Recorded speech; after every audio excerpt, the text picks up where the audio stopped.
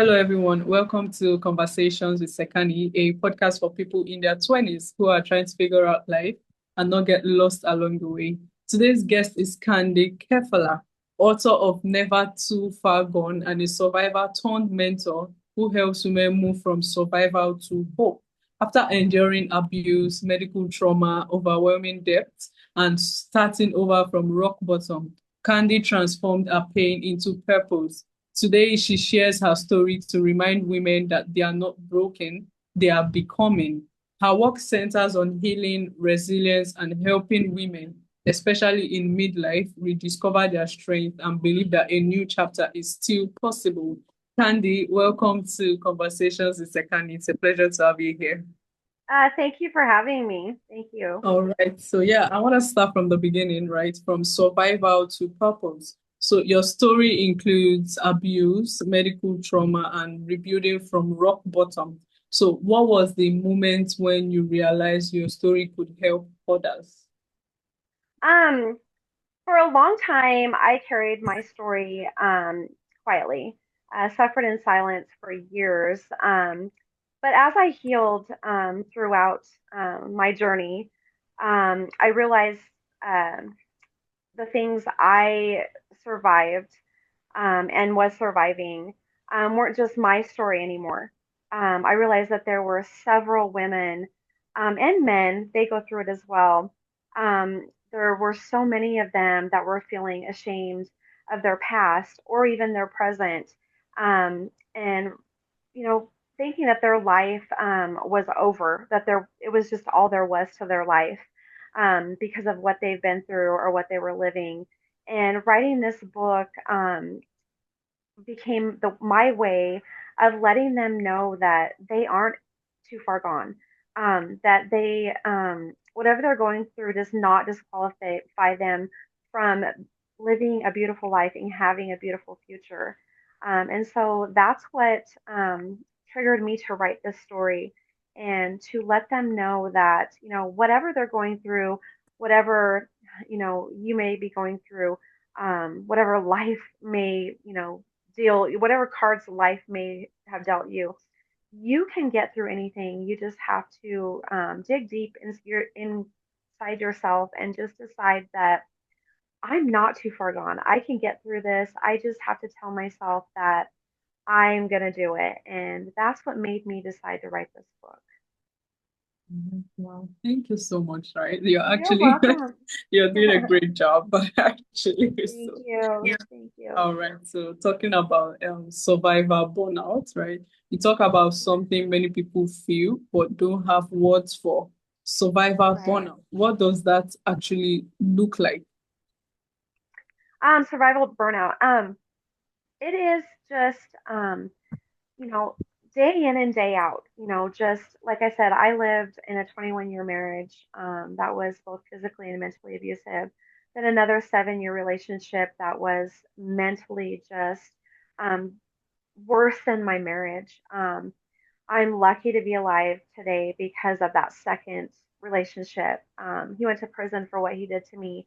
And survival burnout is um, just every day doing for others before yourself, putting other people first before you even look at yourself or doing for yourself. Always showing up with a smile on your face for everyone else, but inside kind of dying. Um, just putting that front up in front of everybody else and inside, going into the bathroom and Mm, crying in the shower or crying in the car before work. It's just like I said, just asking yourself, is this all there is going to be to my life? I literally, when I was at the very rock bottom of my story, I looked in the mirror one day and I literally knew it was my reflection looking back at me, but there was no life there, no joy, no laughter, nothing. And I had lost myself in everything I had been through. Candy was gone. I lost her in that whole journey of half of my life and I didn't know where she was at. I had lost her, and I knew that I either needed to get up, and start climbing slowly out of that hole that I had fell into, or I was going to die. And I wasn't going to die. I had way more left in me um, than just curling up and giving up. So I slowly started pulling myself out. And so yeah, survival burnout is a terrible, awful feeling. But again, you can start. Even if it's little climbs here and there, you can get out of it. So, Mhm. So, talking about like getting out of it, right? You had like your turning point. So, what helped you move from like simply surviving to actively rebuilding your life? what helped me um, was realizing, I think my kids mainly realizing how much I had put them through, how much trauma, how much pain. I mean, yeah, I had dealt with a lot of the pain and traumas and just going through all that, but I had put them through all of it too. They walked that journey with me from being babies all the way up until, teenagers. And I think that was the big push for me is realizing that I needed um, to get out of this for them. I needed to at least be the mama that they needed me to be, and I think that was the big push that made me um, go from being this victim to my circumstances to being the survivor of all of it. And so that was the big push for me is that I needed to do this for my babies. I made the excuse to stay in a 21-year marriage because of my kids, but hindsight, I should have left. I shouldn't have stayed because they I put them through a lot by staying, but I only did what I knew how when I was younger.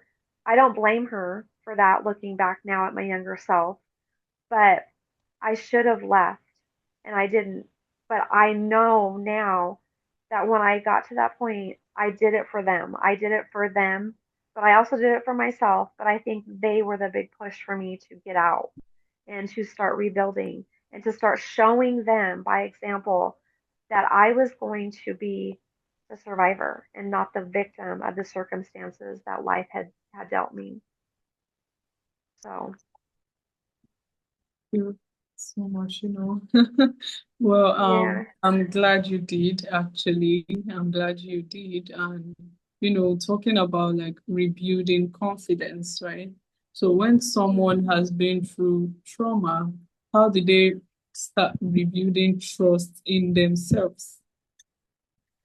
Um, I think that just saying no to certain things, um, holding peace, grabbing peace, like it's your lifeline. I prayed for peace for so many years. All I wanted was some peace in my life. I remember laying in bed and just, praying, God, just give me some peace in my life. That's all I want. There was absolutely none in my life. And that's all I wanted was just some peace. And now I hold peace like it's my lifeline. Hope. Hope is oxygen to survival. If you don't have hope, it will drain you. It will suck everything out of your existence. You have to have some hope. And once you don't have any hope, if you don't have that, then you don't have anything. And so I had hope, hope and faith in my God. He never left me. There were times when I thought he did. I thought that he was gone. I asked him a lot of times, God, where are you at? Why is this happening to me? Um, I need you. I can't go on like this anymore. But he was always there. I just had to listen to that still small voice inside. And that was him talking to me throughout this whole journey of my life. And I just had to listen. And you just have to have that hope and always listen to that still small voice. If you want to get, um, there's a saying, if you want to get professional advice, go sit by yourself and just listen and listen to yourself because you have the answers. You just have to listen to it and take that action and listen to that still small voice because it's there. You just have to listen to it. Thank you so much for that one, actually. And yeah, talking about hope, Uh-huh. for someone who feels like completely stuck right now, what's the hmm smallest step they could take towards hope? The one small step I think that I took was praying again. I lost that. I was just so stuck in my own demise, pretty much by everything that I was going through. I was being dealt red flags throughout my life, and I never heeded to those red flags. All of the 21-year marriage, the 7-year relationship I was in, being diagnosed with breast cancer at 50 years old. I think that was the final straw of the big, huge red flags that I was dealt. Um, Throughout my life. Um, I stopped praying. I stopped really getting in to what I had learned throughout my life, what I had been taught throughout my life. I grew up in a very loving family. I wasn't taught um, that love is supposed to look like yelling and screaming and belittling and laying hands on someone that you love and treating them as if they are a commodity or controlling them. I was taught to love your spouse, to treat them as if they are a like they're your queen or they're your. I always treated my ex-husband as if he was my king, even though he was doing what he did to me. I was taught that growing up. I was taught that you stayed. I was taught that marriage was forever. But when you're in a relationship that just totally goes against those vows that you take, um, then you don't have to stay in that. Those vows are broken when things like that happen. And so I just get back to the praying and journaling. Even if the paper is empty, a lot of times when I was journaling, the paper was full of tears, but the thoughts were there. It was just a blank sheet of paper.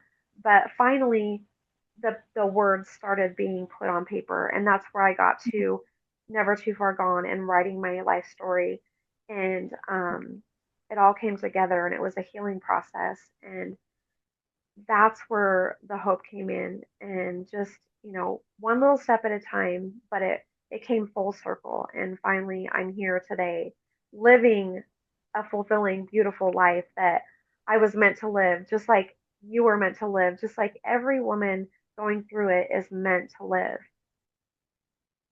Right. Wow. So it starts with, praying, right? And also journaling. Yes. Okay. Thank you so much for that. And yeah, your book, right? I need, Right.